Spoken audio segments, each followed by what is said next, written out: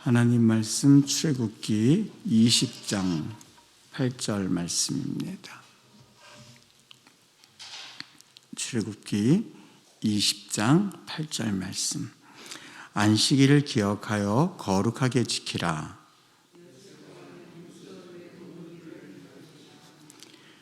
일곱째 날은 네 하나님 여호와의 안식일인즉 너나 네 아들이나 네 딸이나 네 남종이나 네 여종이나 네 가축이나 네 문 안에 머무는 개이라도 아무 일도 하지 말라.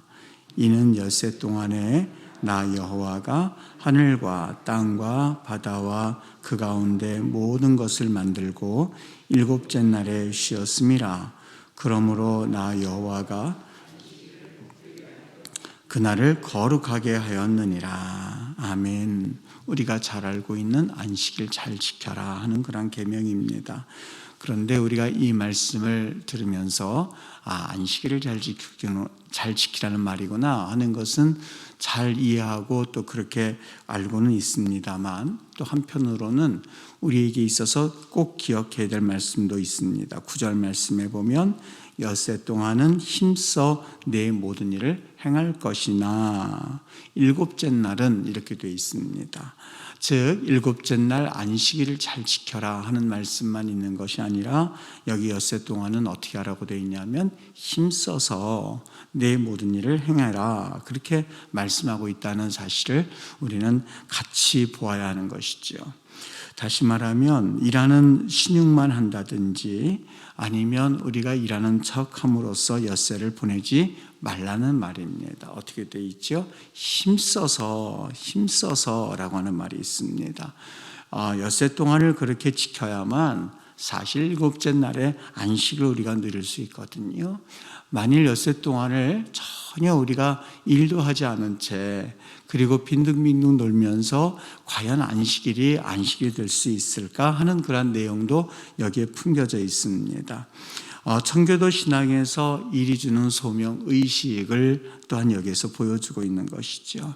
어떤 일이든지입니다. 집에서 아이를 키운다든지 아니면 직장에서 상사로 있든지 부하 직원으로 있든지 생산직에 있든지 식당을 하든지 무엇을 하든지 간에 최선 다하십시오라는 말씀입니다. 즉 일과 신앙을 분리시키지 않아야 되는 것이죠. 그러니까 우리의 맡은 일이 그것이 돈을 많이 버는 일이라든지 아니면 돈이 적게 버는 일이라든지 그것에 따라서 내 충성도가 달라지라는 말이 아닙니다. 만일 그렇게 된다면 그것은 올바른 그런 모습이 아닙니다. 여러분, 우리 성도들은 일하는 모습이 달라야만 합니다. 성도들이 만들어낸 물건은 뭔가 달라야 됩니다. 직장에서 크리스찬들은 일하는 모습이 달라야만 합니다. 월급 받기 위해서 그냥 있지, 내가 월급만 아니라면 내가 저런 밑에서 왜 있어? 라고 하는 것은 원칙적으로 말해서 크리스찬의 일의 모습은 아닙니다. 여러분, 식당을 운영하는 사람이라면 그 크리스찬이 운영하는 식당은 사실상 식재료도 달라야만 합니다.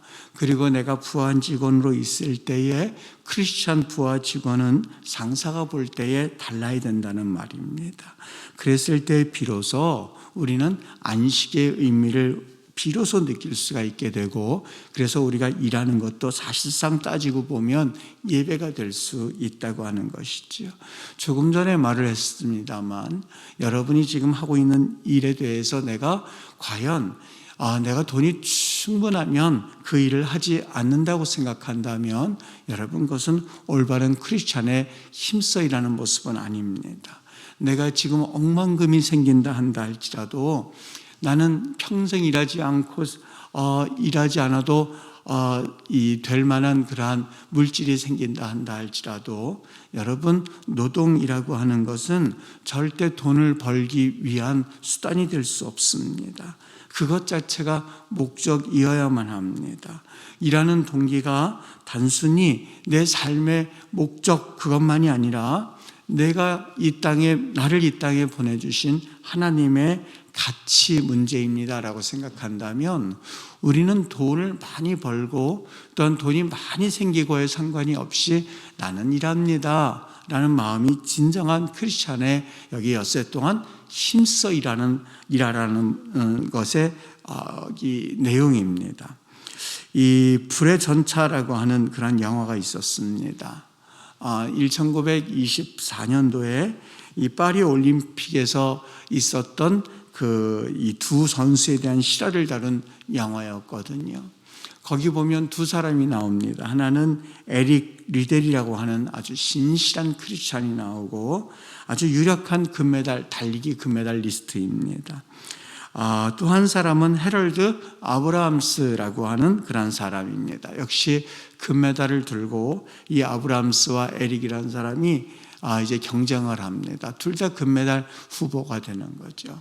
그런데 이 에릭이라는 사람이 이 경기를 포기하게 되는데 그 경기를 포기하게 되는 이유는 주일날이었기 때문에 나는 주일이어서 뛰지를 않습니다 라고 하면서 금메달을 포기합니다.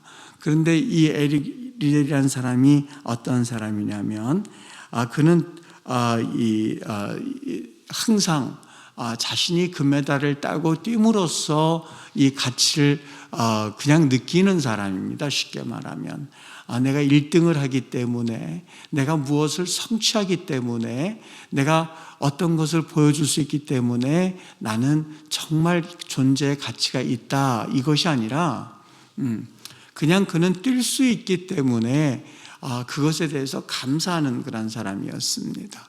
그러니까 1등을 하든 2등을 하든 3등을 하든 내가 심지어는 등수에 들지 못해도 그냥 뛸 수 있다는 사실에 감사했던 그런 일이었었죠. 그러니까 그는 고백합니다. 나중에는 그가 금메달을 따는데 그가 이 방송 미디어에서 인터뷰를 하는데 나는 그냥 뛰고 있는 것 자체가 쉼입니다.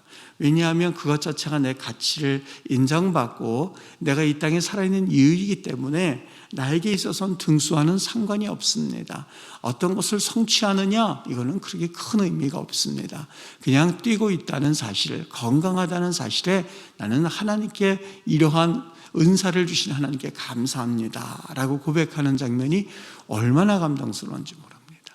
이 아브라함스라고 하는 사람은요 뛰긴 뛰는데 정말 자신이 10초 뭐라고까지 얘기했냐면 내 존재의 가치를 증명할 시간은 10초 안에 있다 이렇게까지 말합니다.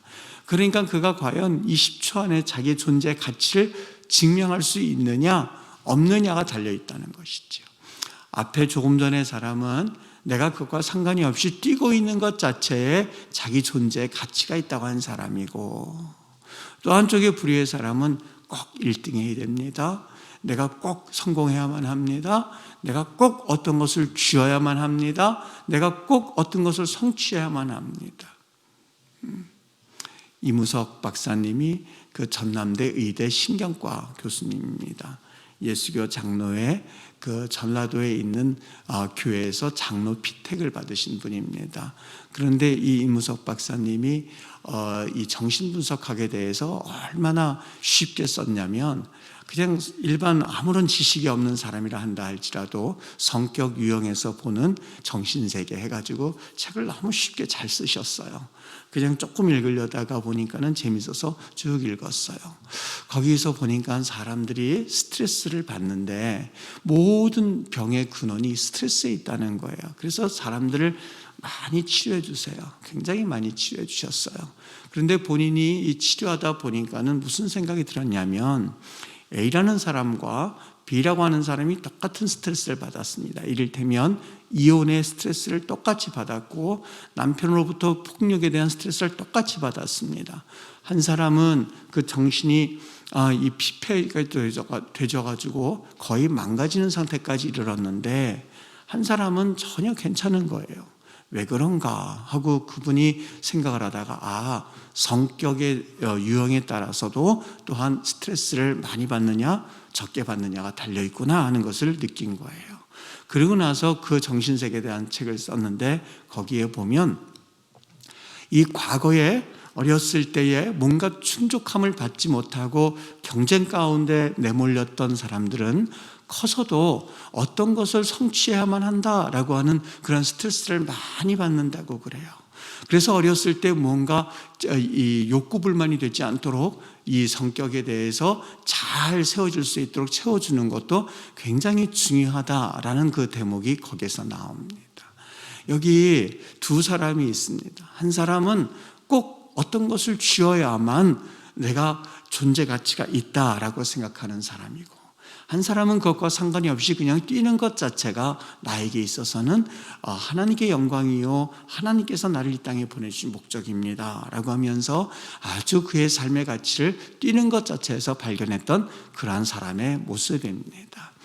엿새 동안을 열심히 일하라 라고 하는 그 삶이라면 어떤 삶을 말하는 것일까? 여러분, 하나님께서 우리를 이 땅에 보내주셨을 때에 자신의 존재감은 이미 우리에게 보내주셨습니다. 여러분이 어떤 것을 성취하느냐, 어떤 것을 가지느냐, 그리고 어떤 것에 여러분이 성공을 이루었느냐, 이런 것과는 상관이 없습니다. 그냥 하나님께서 나를 보내주시고 하나님께서 나를 이 땅에 지금 존재하게 하신 것만으로도 하나님께서 존재 의미를 충분히 주셨다고 믿습니다. 그것이 바로 우리 성도의 크리스찬들의 삶의 습관이고 모습이어야만 합니다. 주님의 은혜 가운데 여러분 평안을 누리실 수 있게 되기를 바랍니다. 그냥 이 한국 경쟁사회에서 내몰려서 내가 꼭 1등을 해야만 인정받는 이러한 사회 속에서 그렇지 않습니다. 하나님은 1등도 물론 귀하게 보시지요. 1등을 하나님께서 얼마나 귀하게 보시겠습니까? 그러나 그만큼 꼴등도 하나님께서 얼마나 귀하게 보시는지 모릅니다. 1등도 귀하지 않다는 것이 아니라 1등도 귀하지만 그만큼 동일하게 하나님께서는 동일하게 꼴등도 하나님께서 귀하게 여기신다는 것을 믿으시고 내 삶에서 좀 여유롭게 그리고 감사함으로 리들이 우리에게 주는 메시지가 하나가 있는데 그 자체에 감사하고 하나님께서 잘 달리도록 만드신 것에 대해서 열심히 달릴 때 하나님이 그 자체를 기뻐하신다는 것을 믿으시고 여러분 주님의 은혜 가운데 좋은 침대에서 새우등처럼 굽어 있고 스트레스에 사는 것이 아니라 주님의 은혜 가운데 평안함을 경험하고 누리며 살아갈 수 있는 은혜가 있게 되기를 바랍니다. 네가 죽든지 먹든지 뭘 하든지 무엇을 하든지 하나님의 영광을 위해서 하라고 말씀을 하셨습니다. 주의 은혜 가운데 오늘도 우리 하나님이 우리를 이 땅에 보내주신 그러한 삶에 감사하며 살아가는 복된 한 날 되기를 주님의 이름으로 부탁합니다. 하나님 아버지 은혜를 감사드립니다. 주님께서 특별히 저희들에게 오늘 말씀을 통하여서 무슨 일을 하든지 간에 하나님께 영광을 돌리고 주님께 하듯 하는 그러한 삶의 모습을 가지고 오늘 하루도 채워나가도록 성령 하나님 은혜를 내려주시옵기를 원합니다. 하나님, 이 경쟁 사회에서 잘못된 메시지를 받고 살아가는 우리 현대인들입니다. 우리 대한민국 성도들입니다. 우리 하나님께서 큰 은혜를 주셔서 하나님 다시 한번 이 땅에 우리를 보내주신 그 하나님을 바라보며 엿새 동안 일하는 것이 어떠한 목적을 성취하기 위함이 아니라 하나님 나를 이 땅에 보내주신 우리 하나님의 말씀과 소명에 따라서 삽니다라고 하는 마음의 여유를 가지고 이 한 주를 또한 살아갈 수 있도록 성령 하나님 은혜 내려 주시옵소서. 오늘 이 아침에도 하나님 기도합니다. 우리 하나님께서 특별한 은혜를 주셔서 하나님 수술하고 회복한 성도가 있습니다. 우리 하나님께서 큰 은혜를 더해 주셔서 하나님 그 회복의 속도가 더욱 빨라지게 하시고 하나님 그 자리를 박차고 일어나 이전보다 더욱더 강건한 모습을 가지고 살아갈 수 있도록 성령 하나님 은혜 내려 주시옵소서. 아버지 하나님이여 기도합니다. 조금씩 회복되어져 가는 우리 성도가 있습니다. 하나님 아버지 그 삶에 은혜를 더하셔서 하나님 다시는 어려운 일 당하지 않도록 인도하여 주옵시되 혹 어려운 일을 당한다 한다 할지라도 담대하게 일어나 승리하는 내공을 또한 경험할 수 있도록 인도하여 주시옵소서. 감사드리며 예수님의 이름으로 기도하옵나이다. 아멘.